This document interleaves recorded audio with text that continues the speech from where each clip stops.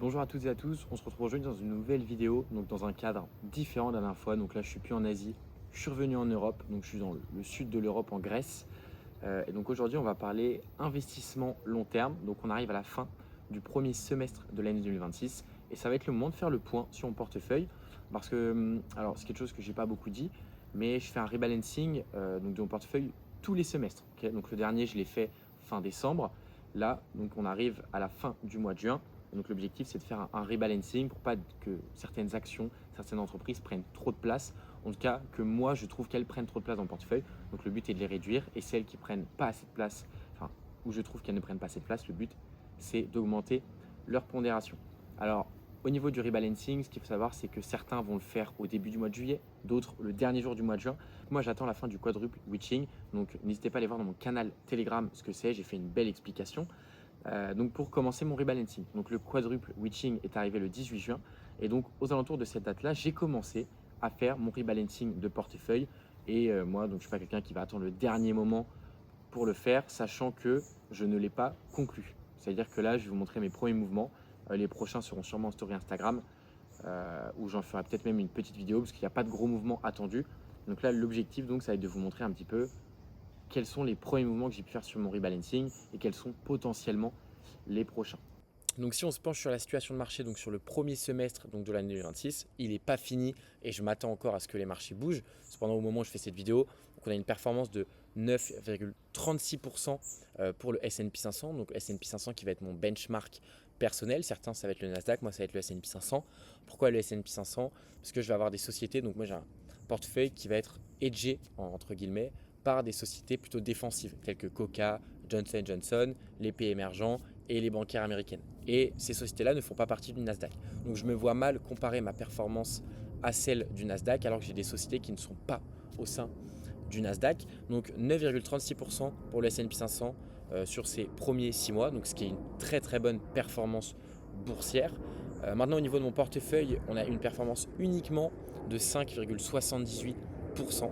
Donc je suis en train de me faire surperformer par le marché et j'aurais mieux fait de tout mettre sur un ETF. Cependant, chose à prendre en compte, c'est que les dividendes ne sont pas comptés, même si ça n'aurait pas j'aurais pas surperformé le marché avec ces dividendes-là. Et on n'est qu'au premier semestre. L'année dernière, on était sur le même schéma avec un premier semestre plutôt lent, une chute de marché en avril 2025. Ensuite, un été et septembre-octobre de rallye. Donc ensuite, en fin d'année, on avait vu les choses se calmer avec le shutdown, la fin d'année, etc. Mais donc 5,78%, donc ce qui n'est pas une performance dégueulasse, mais malheureusement, ce n'est pas la performance du marché. Donc je le répète, j'aurais mieux fait là sur ces 6 premiers mois-là de tout mettre sur un ETF. Cependant, j'ai vraiment confiance en ma stratégie d'investissement et c'est pas parce que j'ai un semestre où je sous-performe le marché que je vais sous-performer le marché toute ma vie avec cette stratégie. Et donc, je vais garder mon approche donc, de stock picking et ne rien changer. Okay, mon but, c'est de faire beaucoup d'argent à long terme avec cette stratégie-là. Alors, les ETF aussi, vous pouvez faire beaucoup d'argent à long terme, bien sûr. Mais mon but, moi, ça va être d'aller surperformer le marché. Donc 2023, 2024, 2025, ça a été des surperfs de marché. Donc 2026, pour l'instant, c'est une sous-perf. Donc à voir comment l'année se déroule. Donc 5,78% sur mon portefeuille. Il y a eu un pic à 14% euh, mi-mai. Mi-mai. Mais ensuite, les choses se sont un petit peu gâtées au niveau des indices de la macroéconomie et de la géopolitique mondiale. Et donc, mon portefeuille et les actions de mon portefeuille ont retracé.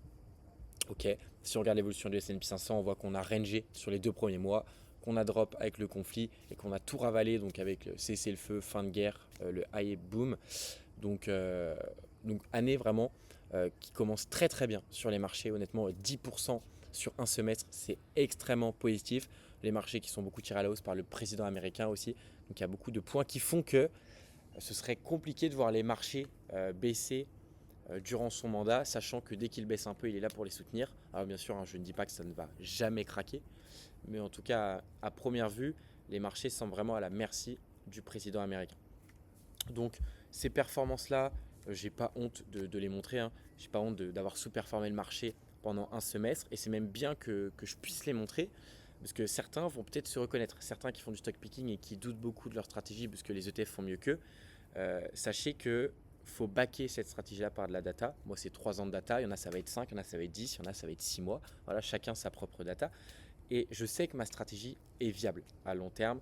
Ok, donc, aucune raison de s'inquiéter. Ce semestre-là, les marchés n'étaient pas avec moi, n'était pas dans ma direction. Mais on va voir comment j'ai agi donc dans cette période de volatilité pour justement soit perdre moins, soit gagner plus. Okay, donc là, en l'occurrence, j'ai perdu moins que ce que potentiellement j'aurais pu perdre en faisant certains ajustements pendant le trimestre et d'autres trimestres, donc je pense surtout le semestre, pardon. Je pense surtout au dernier semestre de l'année 2025, donc il y a 6 mois. Là, c'était des ajustements haussiers qui avaient fait surperformer mon portefeuille où j'avais donc sur l'année 2025 une performance de quasiment 36%, donc du 1er janvier au 31 décembre. Okay. Donc j'avais surperf le S&P 500, j'avais fait 2 fois la perf du S&P 500 et donc là cette année-là commence pas de la même manière, même de la manière inverse, mais aucune inquiétude, il faut rester lucide, il ne faut pas tout vendre pour aller sur un ETF, il ne faut pas tout acheter pour essayer de gagner encore plus. Il faut respecter son plan, respecter sa stratégie, c'est hyper important. L'investissement long terme, il faut le prendre autant au sérieux que le trading court terme. Sinon, vous allez perdre de l'argent que vous avez gagné en trading, c'est complètement con, vous n'allez pas gagner assez. Donc vraiment, prenez l'investissement long terme aussi au sérieux que le trading court terme.